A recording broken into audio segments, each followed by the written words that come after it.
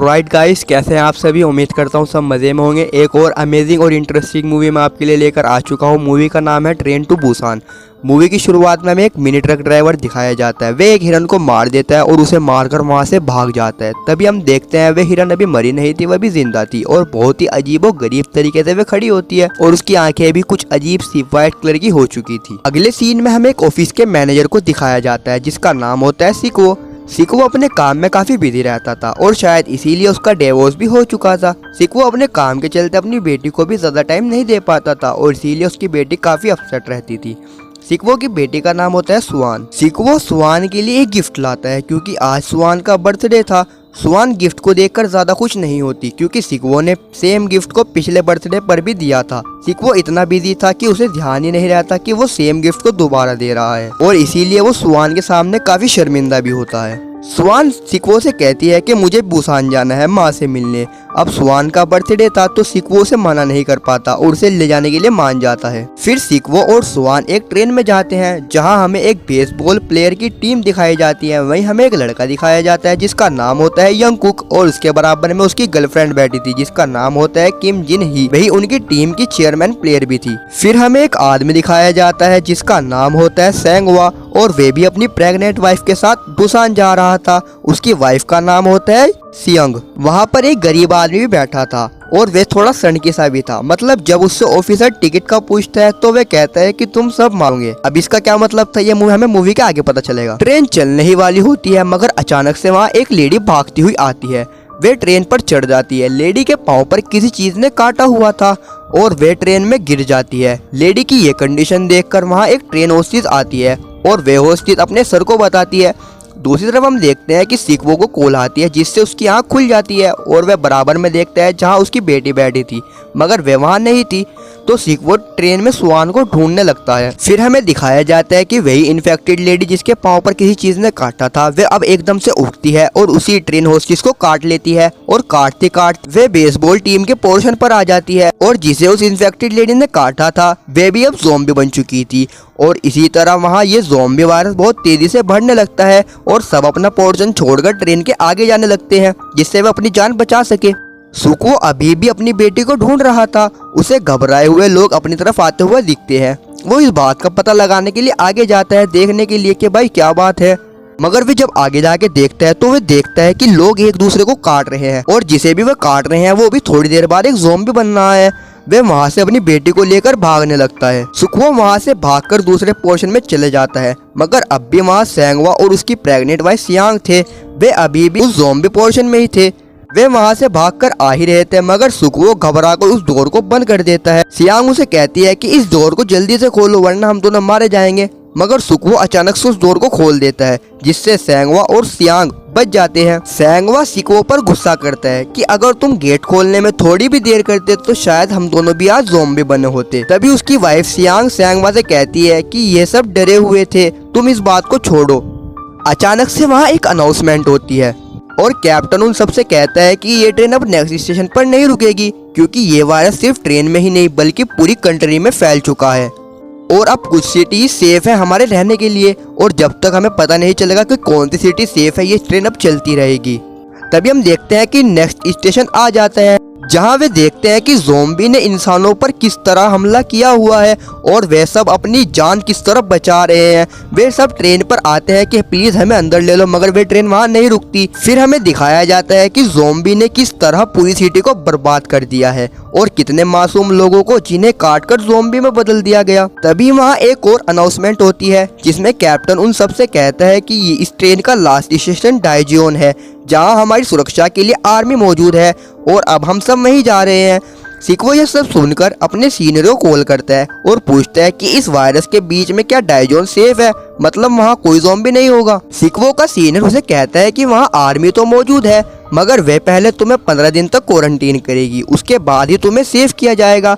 सिको के साथ उसकी बेटी भी थी इसीलिए वे क्वारंटीन नहीं होना चाहता था। वे अपने सीनियर से मदद मांगता है। सीनियर उसे कहता है कि तुम परेशान मत हो, तुम्हें वहाँ मेरे आदमी मिलेंगे जो तुम्हें बिना क्वारंटीन के ही सेव कर लेंगे। सिको उसका शुक्रिया अदा करता है और कॉल काट देता है और ये सब बात वही गरीब आदमी भी सुन लेता है। अब ट्रेन डाइजियोन स्टेशन पर पहुँचती है मगर वे स्टेशन पूरी तरह से खाली होता है और धीरे धीरे वे सब ट्रेन से जाने भी लगते हैं। वे सब जा ही रहे थे मगर सुकुओ स्वान को अलग रास्ते से ले जाने लगता है। बाकी सब जब स्टेशन से बाहर निकलते हैं तो उन्हें वहाँ मिलिट्री मिलती है मगर ज़ोंबी बनी हुई, और वे उन पर हमला कर देती है। सेंगवा अपनी और सियांग की जान बचाकर वहाँ से भागता है और बाकी सब भी ट्रेन की तरफ वापस आने लगते हैं मगर ज़ोंबी भी काफी लोगों को इन्फेक्टेड कर चुके थे और वो भी उनका पीछा करने लगते हैं। दूसरी तरफ हम देखते हैं कि सिकवो जिस रास्ते से जा रहा था अपनी बेटी को लेकर, वहाँ से भी ज़ोंबी आने लगते हैं, जिसे देखकर वह अपनी बेटी को लेकर वापस आता है।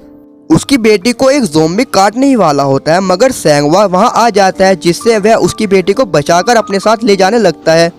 सुकुओ भी सेंगवा के पीछे आता है और वे एक डोर को लॉक करने लगते हैं मगर वहाँ पे काफी सारे ज़ोंबी उन पर अटैक करने लगते हैं।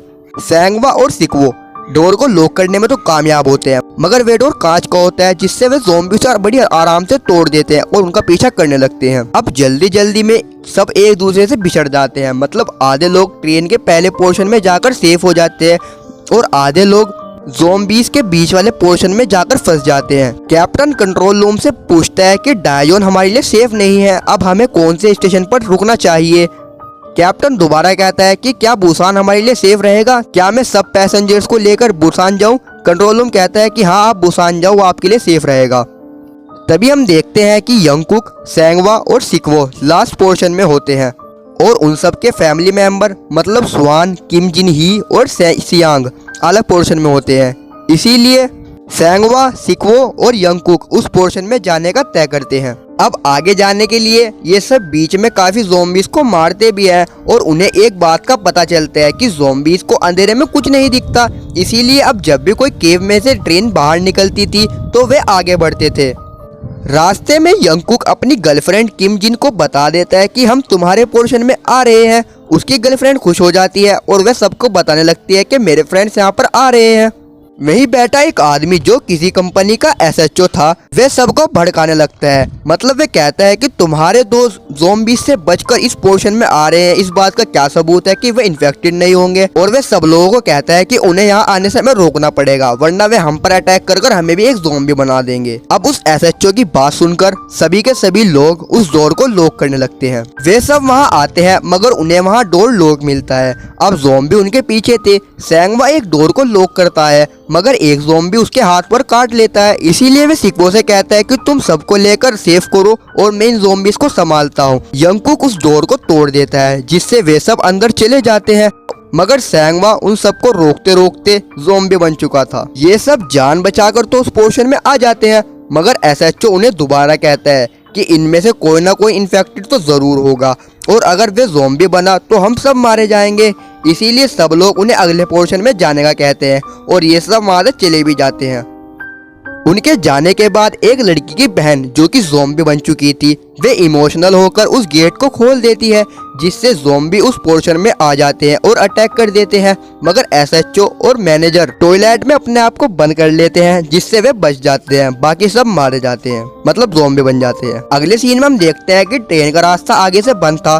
तब कैप्टन अनाउंसमेंट करता है कि रास्ता आगे से बंद है, मैं दूसरी ट्रेन को लेफ्ट साइड के ट्रैक पर लाता हूँ। तो सभी जल्दी से जल्दी उस ट्रैक पर पहुंचे और इतना कहकर वे कैप्टन दूसरी ट्रेन लेने जाता है। अब सिकवो भी अपने साथ सभी को दूसरे ट्रैक पर ले जाने को कहता है। इधर एसएचओ मैनेजर को धोखे से उन ज़ोंबीज के आगे फेंक कर खुद वहां से भाग जाता है। दूसरी तरफ हम देखते हैं कि एक आग से जली ट्रेन आ रही थी, वे दूसरी ट्रेन से टकराती है जिससे सिकवो, स्वान और सियांग और गरीब आदमी ट्रेन के नीचे फंस जाते हैं और यंगकुक और किम जिन वहां से जाने लगते हैं मगर एसएचओ दोबारा आता है। उसके पीछे एक ज़ोंबी भी था, इसीलिए वे किम जिन को उस ज़ोंबी के आगे डालकर खुद वहां से भाग जाता है और किम जिन अब इन्फेक्टेड हो चुकी थी और यंगकुक की गोद में वो थोड़ी बहुत देर बाद एक ज़ोंबी में बन जाती है और यंगकुक को अटैक कर देती है। इधर हम देखते हैं कि एसएचओ के पीछे अभी भी काफी ज़ोंबी लगे थे। कैप्टन उसे बचाने के लिए आता है मगर एसएचओ कैप्टन को ही ज़ोंबीज के आगे फेंक कर खुद वहां से भागने लगता है। मगर इसी बीच में एक ज़ोंबी उसे काट चुका था, अब डेफिनेटली वो भी अब ज़ोंबी बनने वाला था मगर वह फिर भी ट्रेन पर चढ़ जाता है और इंजन पर जाकर बैठ जाता है। दूसरी तरफ हम देखते हैं कि सिकवो को ट्रेन के नीचे से निकलने का रास्ता मिल गया था और वह बाहर आता है मगर उसी रास्ते पर ट्रेन का कुछ भारी हिस्सा गिर जाता है, जिससे वह रास्ता बंद हो जाता है और उस ट्रेन के विंडो से ज़ोंबी बाहर आने लगते हैं, जिससे वे गरीब आदमी उन ज़ोंबीज से रोकता है और उन्हें वहां से भागने का कहता है। सिक्वो अपने पूरी जान लगाकर उस भारी चीज को उस रास्ते से हटा देता है और स्वान और सियंग को बाहर निकाल लेता है। वे भागकर उस ट्रेन को पकड़ने लगते हैं, मगर इनके पीछे काफी ज़ोंबीज भी थे, मगर किसी तरह वे उस ट्रेन को पकड़ लेते हैं। सिक्वो इंजन में जाता है, जहां उसे वही इन्फेक्टेड एसएचओ मिलता है और वह सिक्वो पर हमला कर देता है। सिक्वो उसे ट्रेन से तो गिरा देता है, मगर एसएचओ उसके हाथ पर काट चुका था। सिक्वो जानता था कि अब वह भी एक ज़ॉम्बी बनने वाला है, इसीलिए वह अपनी बेटी स्वान और प्रेग्नेंट लेडी सियंग को इंजन में बैठा देता है और कहता है कि ये ट्रेन अब सीधा बुसान रुकेगी, जहाँ तुम्हें मिलिट्री रेस्क्यू कर लेगी। और इतना कहकर वह बाहर आता है मरने के लिए, क्योंकि वह ज़ॉम्बी बनकर अपनी बेटी के लिए कोई मुसीबत नहीं बनना चाहता था। और लास्ट में भी सिक्वो उन्हीं मोमेंट्स को याद करता है जब उसकी बेटी पैदा हुई थी और उसने उसे पहली बार गोद में लिया था। और फिर हम देखते हैं कि सिक्वो ट्रेन से कूद जाता है। ट्रेन बुसान पर रुकती है और वे एक केव में से अंदर जाते हैं। मिलिट्री को लगता है कि शायद कोई ज़ॉम्बी आ रहा है और वे उनमें शूट करने ही वाले होते हैं, मगर अचानक से स्वान अपने पिता की याद में उनका सिखाया हुआ गाना गाने लगती है, जिससे मिलिट्री को पता चल जाता है कि ये कोई ज़ॉम्बी नहीं इंसान है और मिलिट्री उन्हें रेस्क्यू कर लेती है। और इसी के साथ ये मूवी यहीं पर एंड होती है। मूवी अच्छी लगी हो तो सब्सक्राइब करना। मैं जाता हूँ कोई न्यू वीडियो बनाने, आप सब्सक्राइब कर वीडियो का इंतजार करना। Thanks for watching.